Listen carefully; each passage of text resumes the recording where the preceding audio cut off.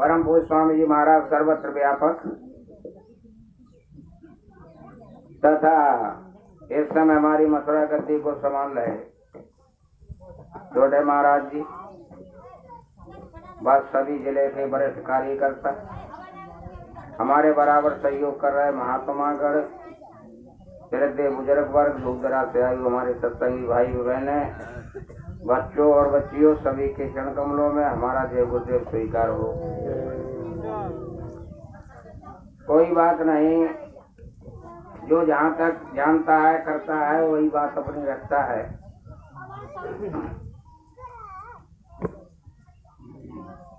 बाबा जी ने कोई गलत बात नहीं कही। बात यहाँ पर रही कि विद्यार्थी जो है वो अध्यापकों को पढ़ाने लगे, बात कोई दूसरी नहीं है।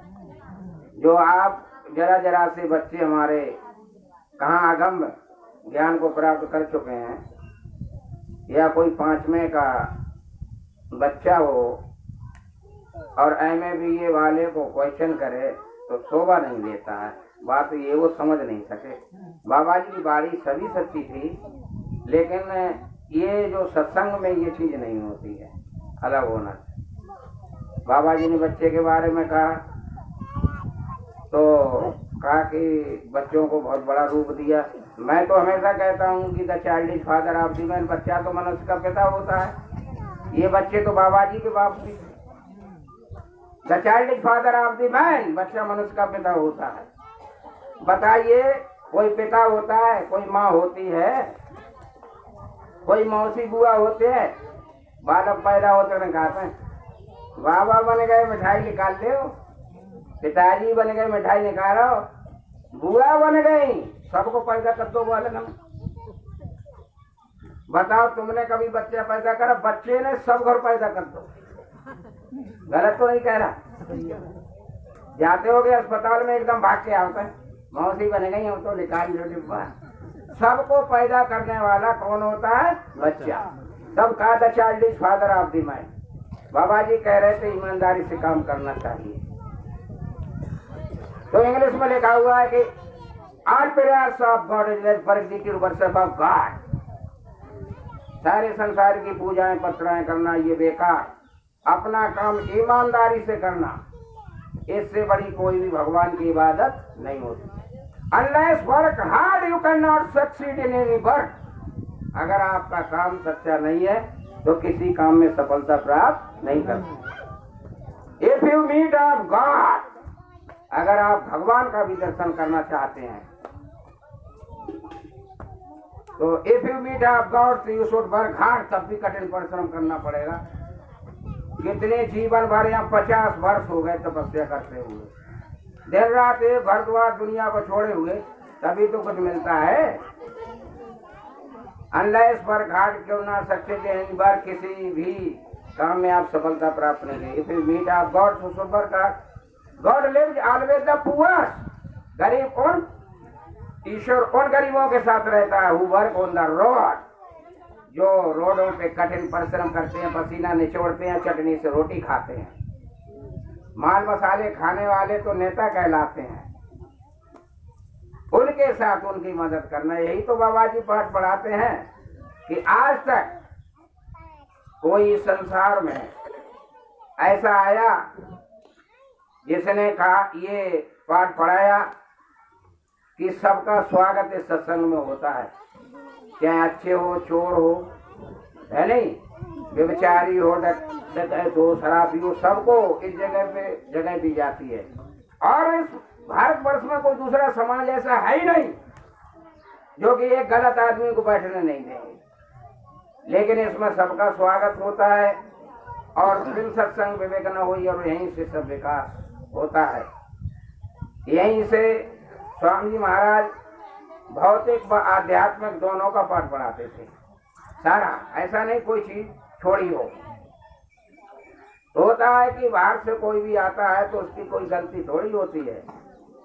जिसके अंदर जो चीजें वही कहेगा, तो उन्होंने समाज सुधारक जो भागवत में भी रहे हैं, ये हमारे यहाँ से तो आ ही रहे हैं, चतुरी नगला हमारे यहाँ तो आ रहे हैं। जहाँ ये गए थे वो बहुत गलत जगह है, सच कह रहे हैं।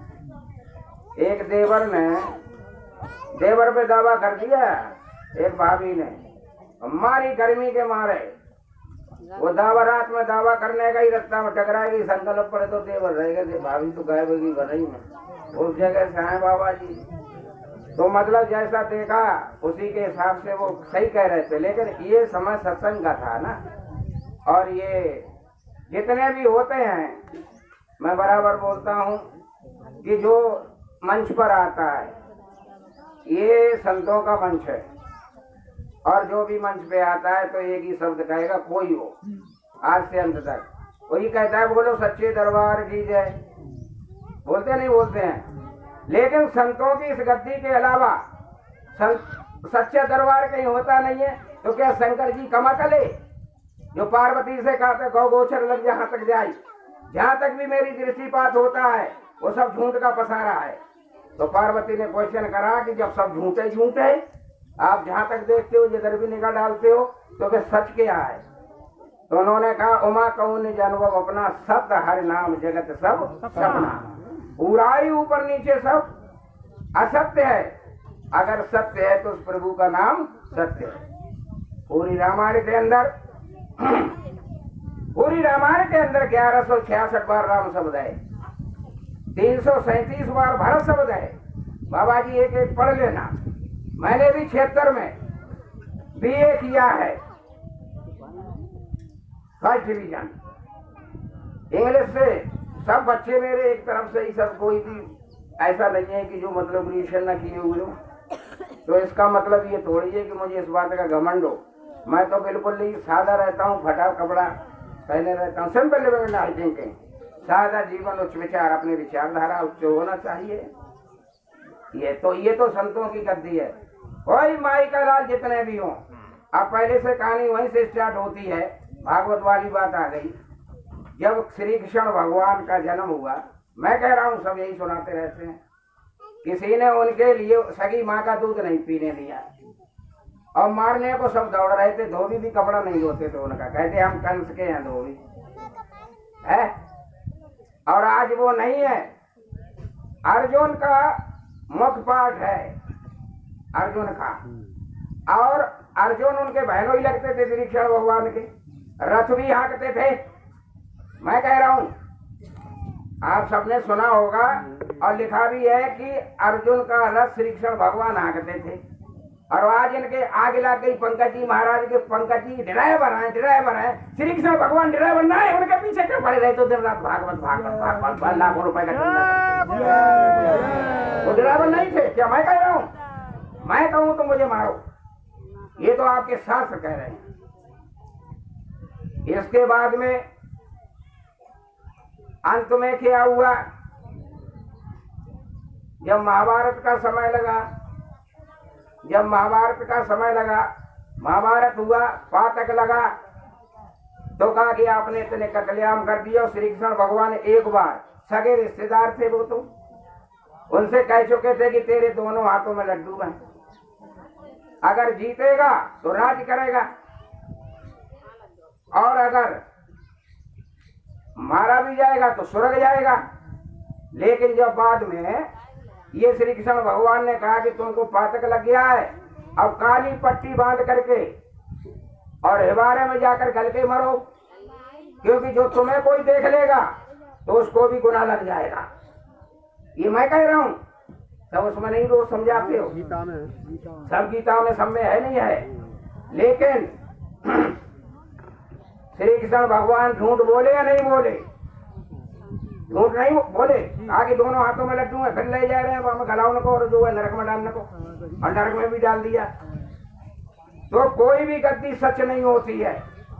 सिर्फ संतों के अलावा संत कभी झूठ नहीं बोलते हैं, संत कभी झूठ नहीं बोलते हैं। एक बार ऐसा ही सत्संग प्रोग्राम चल रहा था, महात्मा जी कह रहे थे, संतों का सत्संग चल रहा था, कह रहे थे कि जब हनुमान जी लंका में चढ़ाई करने के लिए गए सीता माता को देखने के लिए, तो उनको दुखी देख करके उन्हें कुछ नहीं सुहाया और अशोक वाटिका के जितने भी सफेद फूल थे वो सब उखाड़ करके फेंक दिए।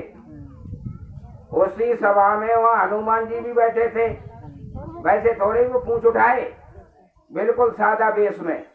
वो स्वामी जी को शिक्षा हनुमान ने दी तो वो कोड़ी के रूम में बैठे थे, अलग कोई जगह नहीं बैठने देता था, बहुत दूर बैठते थे हनुमान, वो तो लंबा समय हो जाएगा।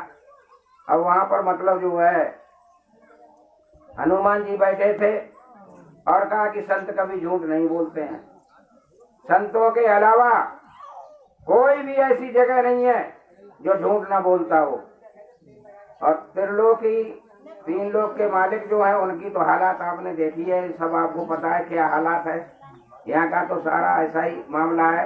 नहीं, स्वामी जी महाराज पे आने की जरूरत क्या थी?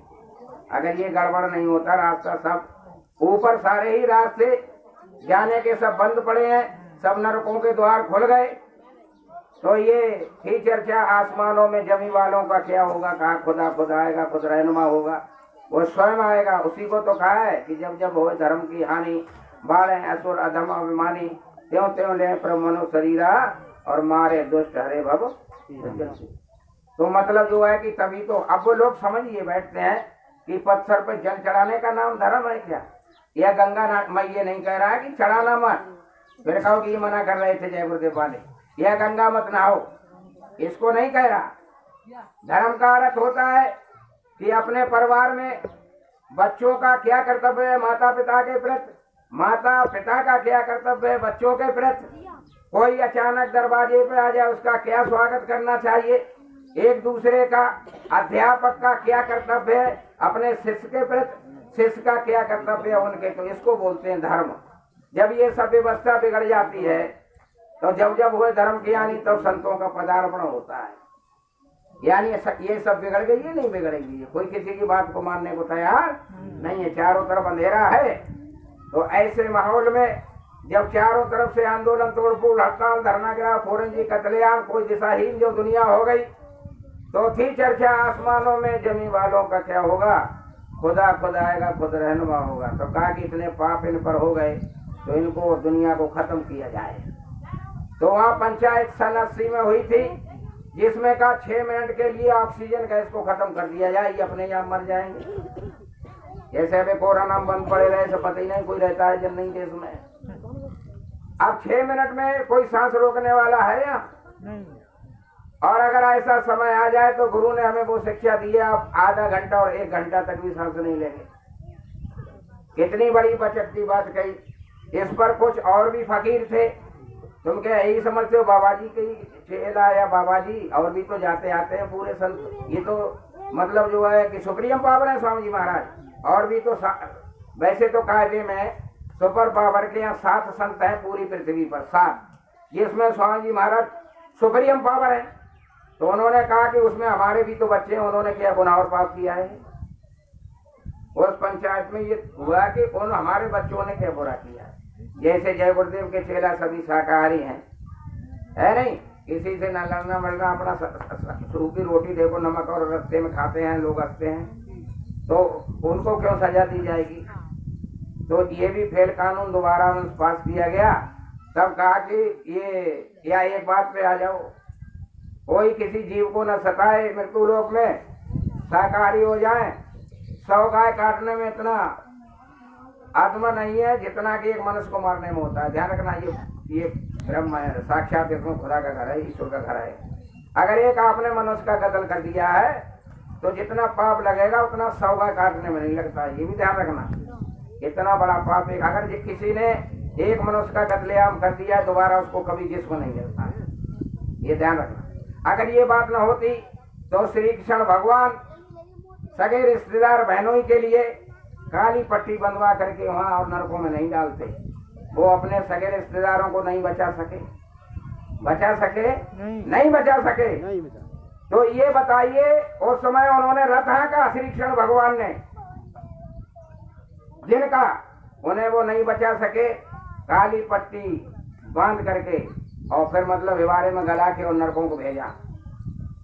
आपने तो श्री कृष्ण भगवान को कभी स्वप्न में भी नहीं देखा।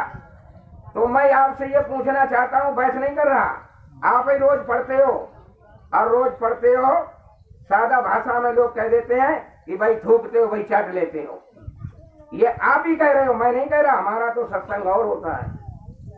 तो ये बताइए, आपने तो श्री कृष्ण को देखा भी नहीं और वो साथ रहे, रिश्तेदारी भी थी, उनको नर को भेज दिया।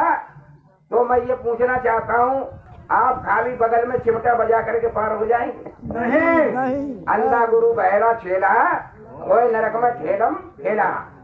रामायण कहती है हरे शिष्य धन शोक न हरई, हरे शिष्य धन। मैं तो नहीं कह रहा, रामायण कह रही है। फिर कहो डॉक्टर साहब कह रहे मोई मान करो, रामायण कह रही है हरे शिष्य धन शोक न हरई, ऐसे गुरु नरक में पड़ाई। और अंधा गुरु बहरा चेला, और हो नरक में ठेलम ठेला। अभी मेरे गांव में टोटल यादवों की भागवत आई थी और ज्यादातर आती है। बाद में पता चला तो भी मेरे पास सब लोग गए। उनमें एक बिटिया है, बहुत अच्छी सुरीली आवाज, बहुत पैसा आता है। तो मैं मेरे घर गई थी और वहां बैठने के बाद तो मैंने कि बेटी एक बात बताओ, बहुत सालों से तुम भागवत कर रही हो, मैं तुम्हारी बात पूछूंगा, दूसरी गलत बात है, क्योंकि जिसका विषय नहीं है वो क्या जाने ये गलत है नहीं गलत है। अब जो जहाँ तक पढ़ा है वो तो ये बता सकती हो कि राधा कैसे कहते हैं, कि राधा क्या है, क्या राधा होती है? तुम रोज ही गाती हो, यही तो कहती हो। तो बोले कि साहू जी जामाई की मैं ना जानते हो, मैंने बीए तक पढ़ा और मेरे भाई और वो तो आप ही के सामने बैठे, ये शराब